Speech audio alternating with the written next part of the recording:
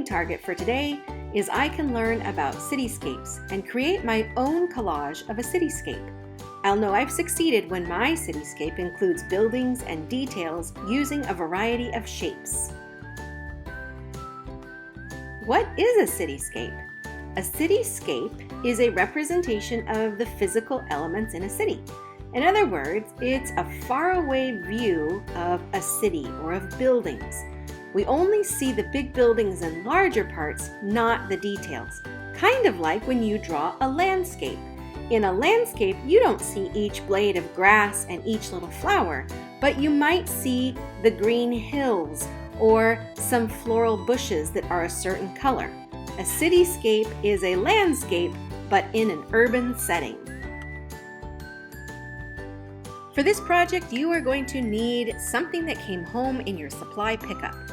In the supply pickup bag, you might have noticed there was a small baggie of construction paper stapled to a white piece of art paper.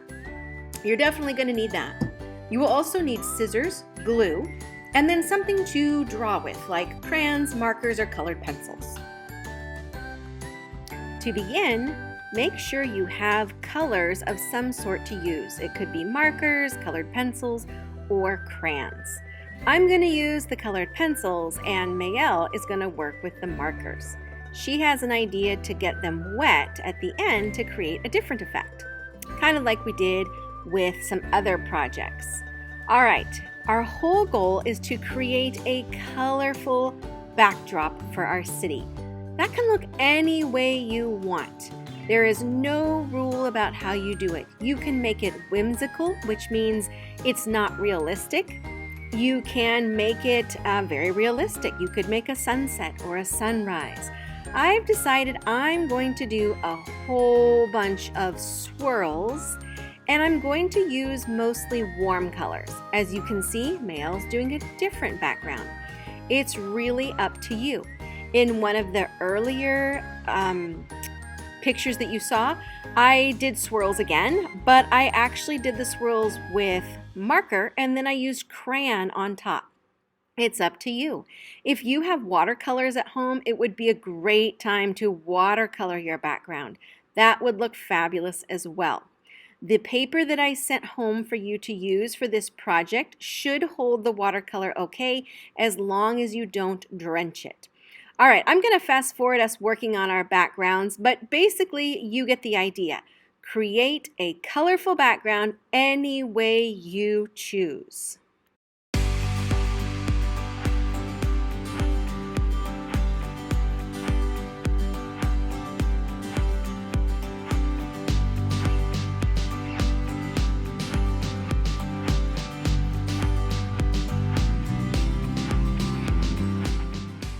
You're going to begin the cityscape part of your project by getting the baggie of papers that came with this supply pickup.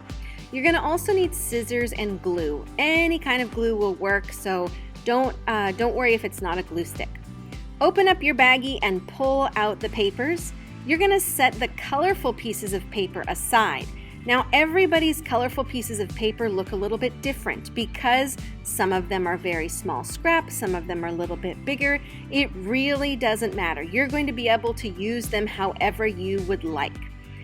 Well, okay, we've got the black paper, and now we're going to need to use them almost like blocks or a building toy because we're trying to create a really cool design for our city. Imagine it's early in the morning and you're looking out over buildings. You can't see a bunch of really clear details, but you can certainly see the outline. So you want to design a city where you're seeing the outlines of the buildings. Your buildings do not have to be rectangular like the buildings that you were given. You were given a bunch of different blocks to play with, but perhaps you want to build a space needle in yours, or perhaps you want a bunch of really tall skyscrapers, or maybe you want a collection of little cottages. Whatever you want to design for your city is great. The biggest thing you're going to need to do is move around your rectangles and figure out exactly how you want things to look. Notice I am lining them up. I am playing with my shapes before I am gluing anything down. If you're wanting to glue, or if you're wanting to create a point, notice how I carefully bent that little paper in half so that I could cut a point, cut kind of a triangular shape off. But I'm not gluing anything down until I have finished building with the paper first. I'm going to speed the rest of this up, but take your time with this step to create the most perfect cityscape you can create.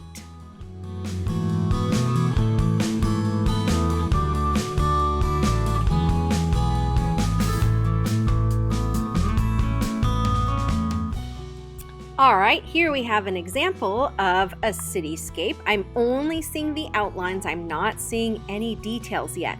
But notice I've used all of those black shapes to create the outlines of my buildings. So now I'm ready to add to this. This next part is my favorite part because it involves the color. So pull out those scrap pieces of papers that came in your bag. And remember that you might have tiny ones, you might have big ones, anything that you have is okay. You're even allowed to use your own pieces of paper. If you have something you want to add to your cityscape, by all means, use it. I am cutting some very small shapes right now to use as windows. This is just one idea. You need to use those colorful pieces of paper to add details to your city, to your buildings. It could be windows, it could be doors. You might add curtains. You might add details such as different layers or levels in your buildings. Maybe you want your chimney to be a bright color. Maybe you have a space needle that needs some color somewhere. It's up to you. I would love to see your creative designs with your city, putting as many little details in colorful paper as you can. If you have other materials you'd like to use, such as foil or some scraps of fabric or yarn, use whatever you choose to make your cityscape extra special.